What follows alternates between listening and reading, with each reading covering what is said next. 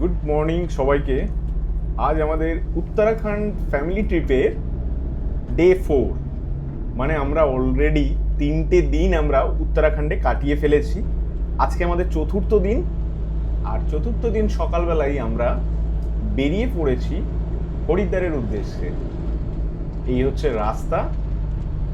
রাস্তা কিন্তু উত্তরাখণ্ডের প্রত্যেকটা প্রান্তে আপনি ভালো পাবেন, মানে যতক্ষণ না আপনি কোনো হাই পিক ডেস্টিনেশনে যাচ্ছেন, কোনো উঁচু জায়গায় অফ রোডিং করতে যাচ্ছেন, সেই রকম জায়গায় যদি আপনি না প্ল্যান করে থাকেন তাহলে কিন্তু এই রকমই পরিষ্কার রাস্তা আপনি কিন্তু পাবেন।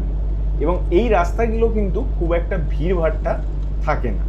তো আমরা মোটামুটি যে জায়গাগুলো ঘুরে নিলাম সেগুলো তো খুব ভালো লেগেছে। যেমন তেহরি ড্যামটা আলটিমেট ডেস্টিনেশন, মানে আপনারা যদি উত্তরাখণ্ড ট্রিপ প্ল্যান করছেন তার মধ্যে কিন্তু তেহরি অবশ্যই রাখুন। তেহরি ড্যাম এবং তেহরি লেক দুটোই ভালো লাগবে, এবং ওখানে যে রিসর্ট আছে সেই রিসর্টে থাকার চেষ্টা করবেন, তাহলে আরও ভালো লাগবে। সব থেকে বড় ব্যাপার হচ্ছে যে ওখানে যে ওয়াটার অ্যাক্টিভিটিগুলো হয় সেটাও কিন্তু আপনাদের মানে দারুণ লাগতে পারে, দারুণ লাগবে। রাস্তায় খুব একটা বেশি যে ভিড়ভাট্টা পাবেন সেটা না। আর বছরের প্রত্যেকটা সময়ই, মানে যে কোনো সময়ই আসুন না কেন, এক্সট্রিম ঠান্ডাতে তো ঠান্ডা থাকেই, অন্যান্য সময়ও কিন্তু দারুণ মনোরম পরিবেশ থাকে, এবং ফ্যামিলি ট্রিপের জন্য কিন্তু দারুণ। দেখতেই পাচ্ছেন রাস্তার কোনো জায়গায় এখনো পর্যন্ত আমরা কোনো জায়গায় কিন্তু খারাপ রাস্তা পাইনি, আমাদেরকে বিন্দু মাত্র অফরোডিং করতে হয়নি। আজকের প্ল্যানটা হচ্ছে আমরা সোজা এখান থেকে পৌঁছে যাব, পৌঁছে গিয়ে হরিদ্বার পৌঁছে যাব। হরিদ্বার পৌঁছে গিয়ে আমরা দেখব, ওখানে গিয়ে আমরা প্ল্যান করব যে কোথায় থাকা যায়, কোথায় ঘোরা যায়। কারণ হরিদ্বারে আমাদের আজকে যেটা প্ল্যান আছে সেটা হচ্ছে হরিদ্বার ঘুরে সন্ধ্যাবেলা সন্ধ্যা আরতি দেখার, এবং তার পরের দিনটা আমাদের ইচ্ছা আছে আইদার আমরা ওখান থেকে মসুরি চলে যাব, অথবা রাজাজি ন্যাশনাল ফরেস্ট যেটা আছে, রাজাজি টাইগার রিজার্ভ, সেখানে আমরা একটা দিন স্টে করব। এবং ওখানে যে গাড়োয়াল মন্ডল নিগম লিমিটেডের যে হোটেলটি আছে সেটা কিন্তু দারুণ। জাস্ট মানে আপনি গুগল করে দেখতে পারেন আপনারা যে হোটেলটা কত সুন্দর। তো সেটাই আমরা প্ল্যানের মধ্যে রেখেছি, এবং ওখানে আমরা আজকে যেটা চেষ্টা করব সেটা হচ্ছে, অনেকগুলো জায়গা আছে কিন্তু বাচ্চা নিয়ে কতটা পসিবল হবে সেটা আমরা জানি না। যেমন ওখানে গিয়ে কিন্তু শুধুমাত্র গঙ্গা আরতি দেখা নয়, ওখানে চণ্ডী দেবী টেম্পল আছে, মনসা দেবী টেম্পল আছে, এইগুলো কিন্তু ঘুরে দেখলে ভীষণ ভালো লাগবে। কিন্তু ছোট বাচ্চা নিয়ে কতটা সম্ভব হবে সেটা জানি না। এই জায়গাটা পার্টিকুলার দেখুন, দারুণ লাগছে। পাহাড়ের উপর উপর এই বাড়িগুলো আছে।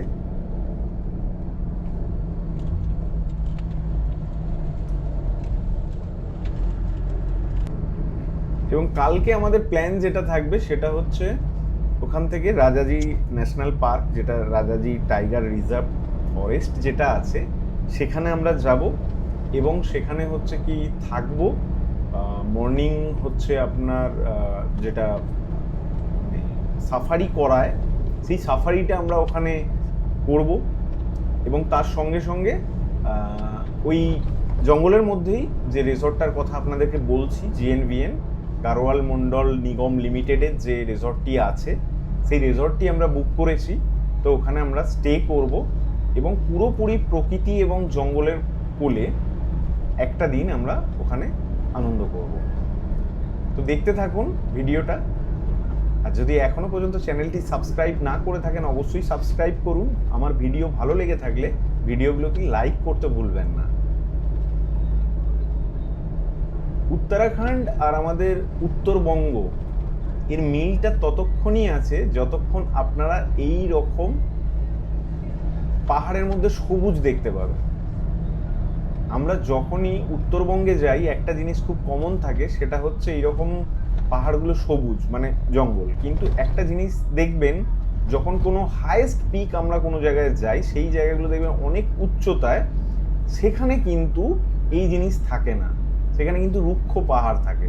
তার কারণ একটাই, মানে এই আপনার আমাদের যে মানে বায়ুমণ্ডল আছে তার একটা জায়গা পর্যন্ত অক্সিজেন লেভেলটা থাকে, এবং সেইখান পর্যন্ত হচ্ছে কি যে কোনো উদ্ভিদ মানে উদ্ভিদ জন্মানোর জন্য যেটা সব থেকে আগে প্রয়োজন সেটা হচ্ছে কোনো পাখি কোনো ফলের বীজ খেয়ে গিয়ে সেখানে পটি করা। তো সেই জিনিসটা কিন্তু ওই একটা জায়গা পর্যন্ত যেখানে ওই পাখিগুলো পৌঁছায় সেইখান পর্যন্ত কিন্তু এইরকম গাছ থাকে এবং তার উপরে কিন্তু আরও বেশি উচ্চতায় কিন্তু থাকে না আমার যেটা মনে হয়। এবং উত্তরাখণ্ডের এই জায়গাগুলো বিশেষত আপনারা যখন এই মাসুরি নৈনিতাল এই জায়গাগুলো যখন আপনারা ঘুরে দেখবেন তখন কিন্তু এই রকম পাহাড়গুলো কিন্তু সবুজই পাবেন।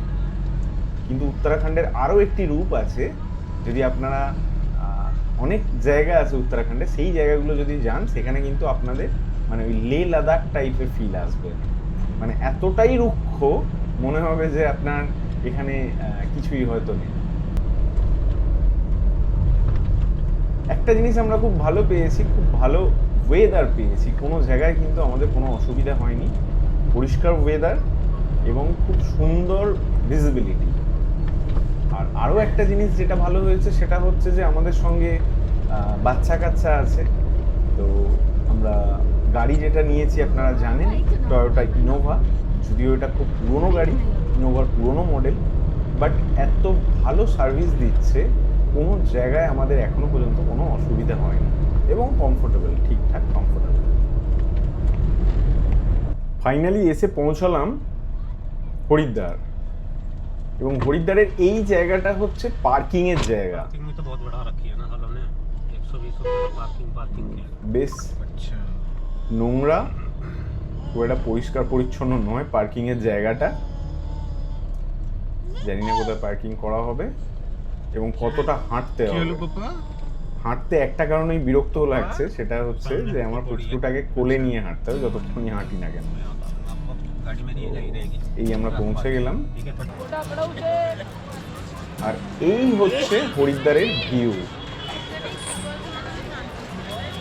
হরিদ্বারের গঙ্গার সঙ্গে দেখুন একটা রামধনু টাইপের এখানটা দেখা যাচ্ছে। অলমোস্ট সন্ধ্যা হয়ে গেছে, কি অপূর্ব যে লাগছে।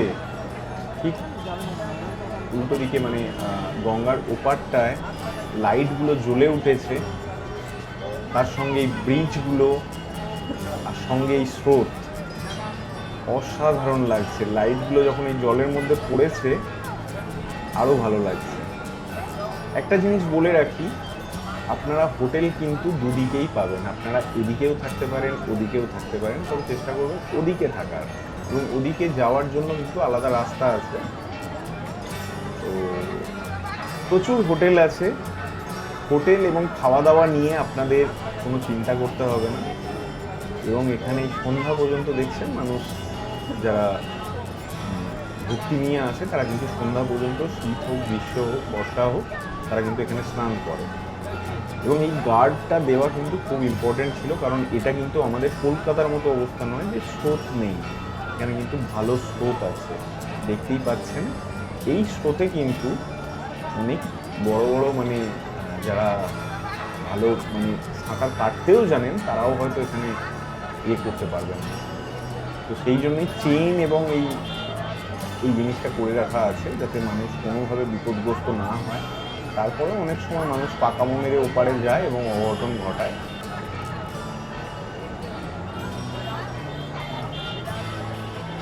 খুব সুন্দর লাগবে এই জায়গাটা, মানে আপনি বেনারস, ঋষিকেশ এবং এই হরিদ্বারের এই জায়গাটা আর কি করি, এই জায়গাগুলো মানে আপনাকে বলে বোঝানো যাবে না যদি আপনি না এসে থাকেন। সন্ধ্যা আরতি সব জায়গাতেই একই রকম হয়, বাট সবগুলোরই একটা আলাদা মানে রূপ আছে এবং প্রত্যেকটাই কিন্তু ভালো লাগে। পুরোপুরি অন্ধকার হয়ে গেছে, এবার দেখুন কেমন লাগছে। যদিও এই অন্ধকারের মধ্যে আমি গোপ্রো দিয়ে শ্যুট করি, তো গোপ্রো দিয়ে খুব একটা ভালো আসে না, তাও যতটা ভালো আসছে ততটা দেখাচ্ছি। মার্কেট মানে এখানে অনেক কিছু এই জিনিসপত্র পাওয়া যায়। ব্রিজের ওপরটায় আমরা এসেছি এখন।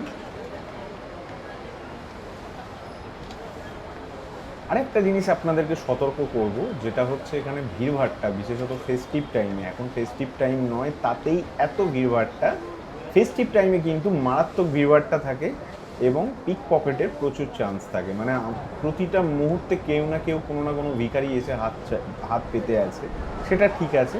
তার সঙ্গে সঙ্গে প্রতি মুহূর্তে কিন্তু এখানে যারা পুলিশ আছে তারা কিন্তু সতর্ক করে দিচ্ছে যে ফোন, মানি ব্যাগ এগুলো কিন্তু খুব সতর্কভাবে রাখুন, কারণ যে কোনো মুহূর্তে কেউ ছিনিয়ে নিয়ে যেতে পারে, মানে এইরকম লোকজন কিন্তু আছে। তো যাই হোক, খুব ভালো কাটলো আজকে দিনটা।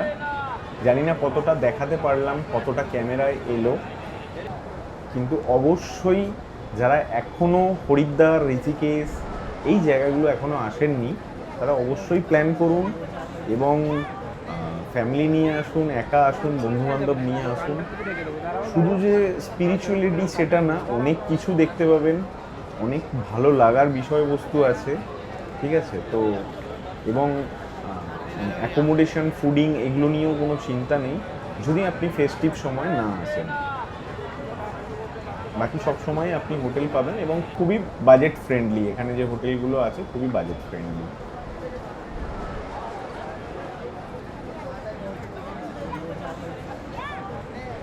কেমন লাগলো জানাবেন ভিডিওটা কমেন্ট সেকশানে, আর যদি এখনও চ্যানেলটিকে সাবস্ক্রাইব না করে থাকেন প্লিজ সাবস্ক্রাইব করুন। ধন্যবাদ।